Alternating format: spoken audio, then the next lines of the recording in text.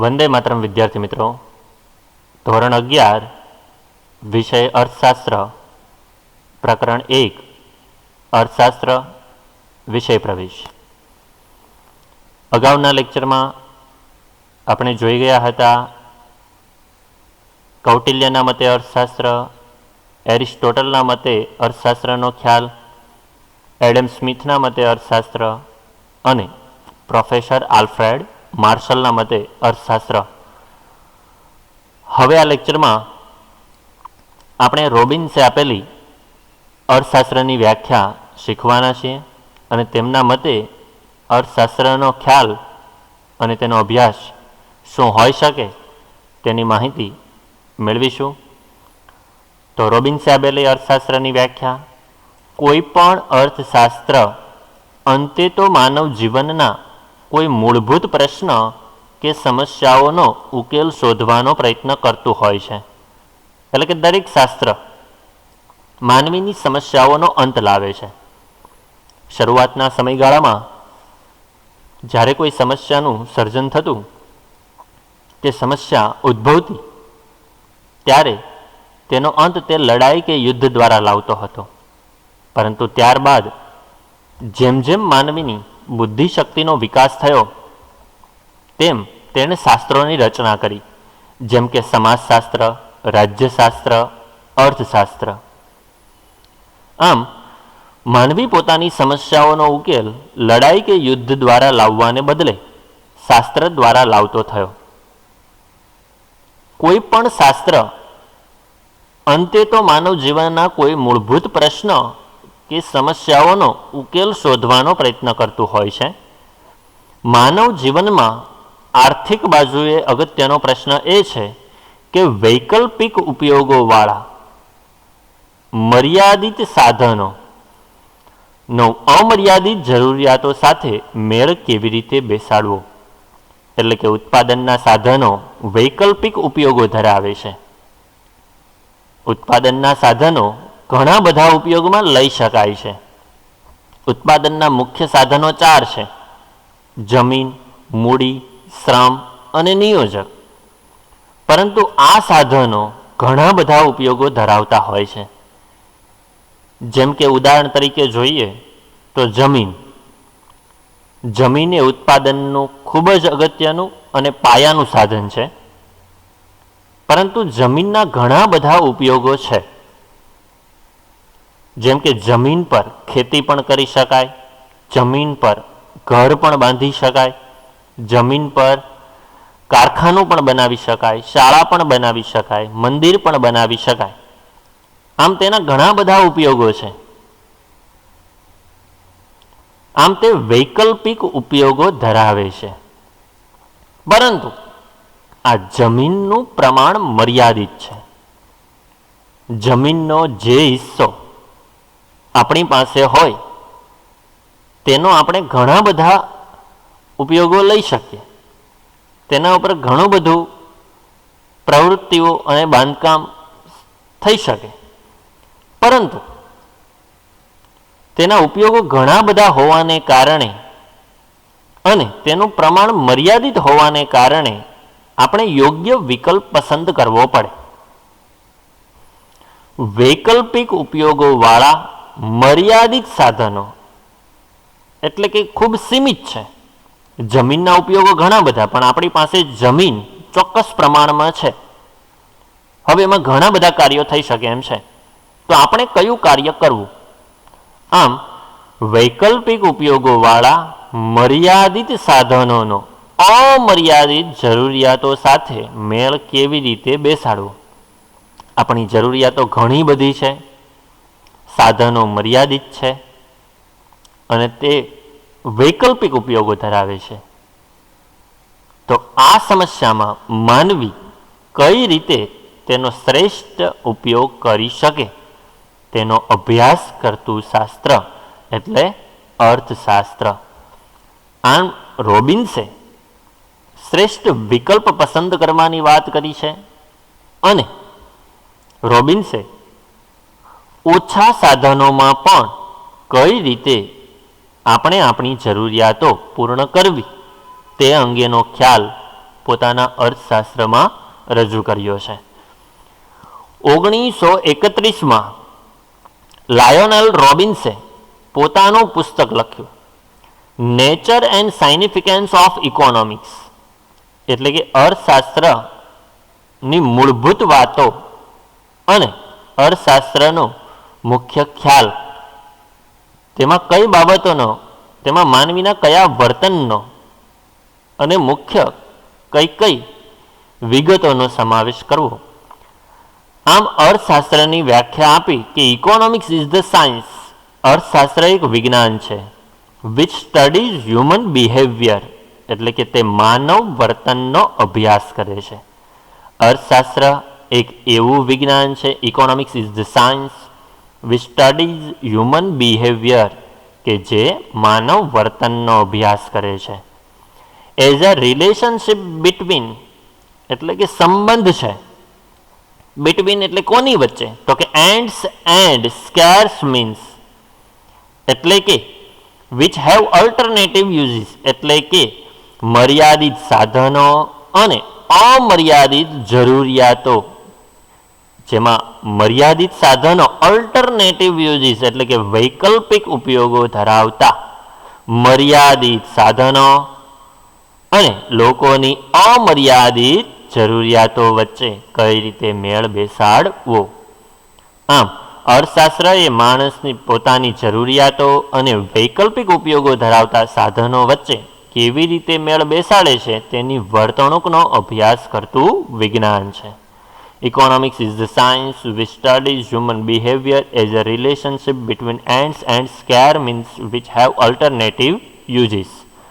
એટલે કે અર્થશાસ્ત્ર એક વિજ્ઞાન છે જે માણસના વર્તનનો અભ્યાસ કરે છે અને તે મર્યાદિત સાધનો અને અમર્યાદિત જરૂરિયાતો, કે જેમાં મર્યાદિત સાધનો વૈકલ્પિક ઉપયોગો ધરાવે છે, તેમની વચ્ચેના સંબંધનો અભ્યાસ કરે છે અને માનવી આ સમયગાળા દરમિયાન પોતાની જરૂરિયાતો કઈ રીતે સંતોષે છે અને મર્યાદિત સાધનોથી પોતાની અમર્યાદિત જરૂરિયાતો કઈ રીતે સંતોષે છે તેની વર્તણૂકનો અભ્યાસ કરતું વિજ્ઞાન છે.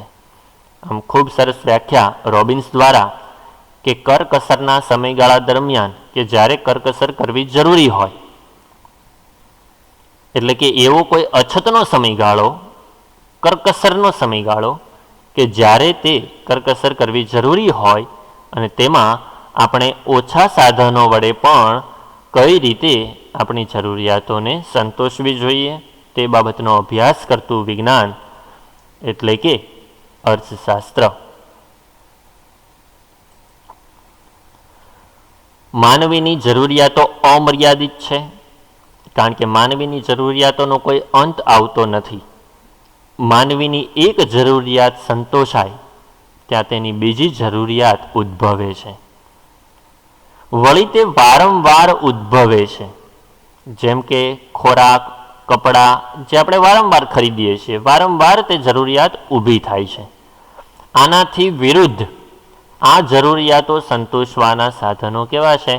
મર્યાદિત અને વૈકલ્પિક ઉપયોગો ધરાવે છે. ધારી લઈએ કે આપણી પાસે જરૂરિયાત સંતોષવા માટે નાણું એક સાધન જ ગણી શકાય અને નાણું આપણી પાસે મર્યાદિત છે અને આપણી જરૂરિયાતો અમર્યાદિત છે. આપણી પાસે અમુક પ્રમાણમાં નાણું છે, અમુક પ્રમાણમાં રૂપિયા છે, જેમાંથી આપણે ઘણું બધું ખરીદવાનું છે અને તેના દ્વારા ઘણી બધી વસ્તુઓ લઈ શકીએ તેમ છીએ.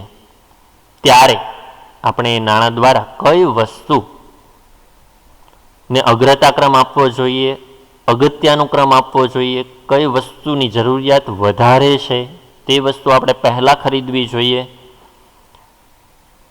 ઘરમાં અનાજની પણ જરૂરિયાત હોય, કપડાની પણ જરૂરિયાત હોય, મનોરંજનની પણ જરૂરિયાત એટલે કે ટીવી ખરીદવું હોય અને આપણી પાસે નાણું થોડા પ્રમાણમાં છે, તો સૌપ્રથમ આપણે કઈ જરૂરિયાત સંતોષવી?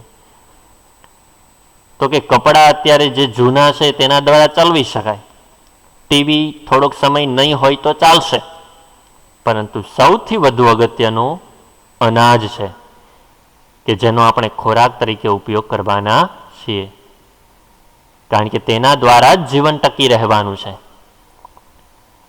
આમ આપણે તે જરૂરિયાતોને શું આપ્યો? અગ્રતાક્રમ, અગત્યાનુક્રમ આપ્યો, અને તે નાણાંનો આપણે ઉપયોગ કરી અનાજની ખરીદી કરી. આમ નાણાંના ઘણા બધા વિકલ્પો હતા, નાણાંથી ઘણી બધી વસ્તુઓની ખરીદી થઈ શકતી હતી, પરંતુ સૌથી અગત્યનું જે હતું તેની આપણે ખરીદી કરી. હવે આ સમસ્યાના સંદર્ભે અર્થશાસ્ત્રનું કામ એ અછતવાળા સાધનોનો કેવી રીતે ઉપયોગ થાય કે જેનાથી માણસની વધુમાં વધુ જરૂરિયાત સંતોષાય તેનું માર્ગદર્શન કરવાનું છે. એટલે કે અર્થશાસ્ત્ર કઈ બાબતનું માર્ગદર્શન કરે છે? તો કે અછતવાળા સાધનો, જેમ કે નાણું આપણી પાસે અછતવાળું છે, નાણું ઓછું છે, તેના દ્વારા કેવી રીતે તેનો ઉપયોગ કરીએ અને માણસની વધુમાં વધુ જરૂરિયાત સંતોષી શકીએ. એટલે કે એ નાણાં દ્વારા સૌપ્રથમ શું લેવું જોઈએ, ત્યાર પછી જો નાણું વધે તો આપણે કઈ વસ્તુને અગ્રતાક્રમ આપવો. આમ ઓછા નાણાં દ્વારા ઘણી બધી વસ્તુ ખરીદવાની હોય, ઓછા સાધનો દ્વારા ઘણા બધા કાર્યો કરવાના હોય, ત્યારે આપણે કઈ જરૂરિયાત સંતોષીએ છીએ તે અંગેનું માર્ગદર્શન અર્થશાસ્ત્ર કરે છે. રોબિન્સે અર્થશાસ્ત્રને વાસ્તવલક્ષી વિજ્ઞાન તરીકે રજૂ કર્યું છે. એટલે કે જે છે તેનો અભ્યાસ કરવો, આપણી પાસે જે ઉપલબ્ધ છે, આપણી પાસે જે નાણું કે જે અન્ય સાધનો આપણી પાસે હાજર હોય તેનો ઉપયોગ કઈ રીતે કરવો અને શ્રેષ્ઠ ઉપયોગ કઈ રીતે થઈ શકે તે બાબતે એમણે રજૂ કરી છે. તે માનવીના આર્થિક વર્તનનો અભ્યાસ કરતું શાસ્ત્ર છે, માનવીની આર્થિક પ્રવૃત્તિઓનો અભ્યાસ કરે છે, માનવીના આર્થિક વ્યવહારો, તેમની લેવડ દેવડ અને માનવી આર્થિક પ્રવૃત્તિ કઈ રીતે કરે છે તેનો અભ્યાસ કરે છે. રોબિન્સ માને છે કે અર્થશાસ્ત્ર શું છે તેનો અભ્યાસ કરે છે, શું હોવું જોઈએ તેનો અભ્યાસ કરતું નથી. એટલે કે જે છે તેનો શ્રેષ્ઠ ઉપયોગ કરો, શું હોવું જોઈએ તેવી નૈતિક બાબતોનો અભ્યાસ કરતું નથી. એટલે કે તે સાચા અર્થમાં ગણીએ અને ખરા અર્થમાં ગણીએ તો વાસ્તવલક્ષી શાસ્ત્ર છે. જે છે તેનો અભ્યાસ કરવો, વાસ્તવિકતાનો અભ્યાસ કરવો, આદર્શવાદી શાસ્ત્ર નથી. એટલે કે શું આપણા માટે આદર્શ છે, શું આપણી પાસે હોવું જોઈએ? હા, ઈચ્છા રાખવી, પરંતુ એ ઈચ્છા પૂરી ન થવાથી દુઃખી થવું તે યોગ્ય નથી. પરંતુ આપણી પાસે જે છે તેનો જ ઉપયોગ કરીએ અને સુખી થઈએ અને તેનો શ્રેષ્ઠ ઉપયોગ કરીએ, તેમની કરકસર કરીએ, તેમનો બગાડ ન કરીએ. આમ અર્થશાસ્ત્ર એ વાસ્તવલક્ષી શાસ્ત્ર છે, જે અંગેની વાત રોબિન્સે પોતાના અર્થશાસ્ત્રમાં કરી છે.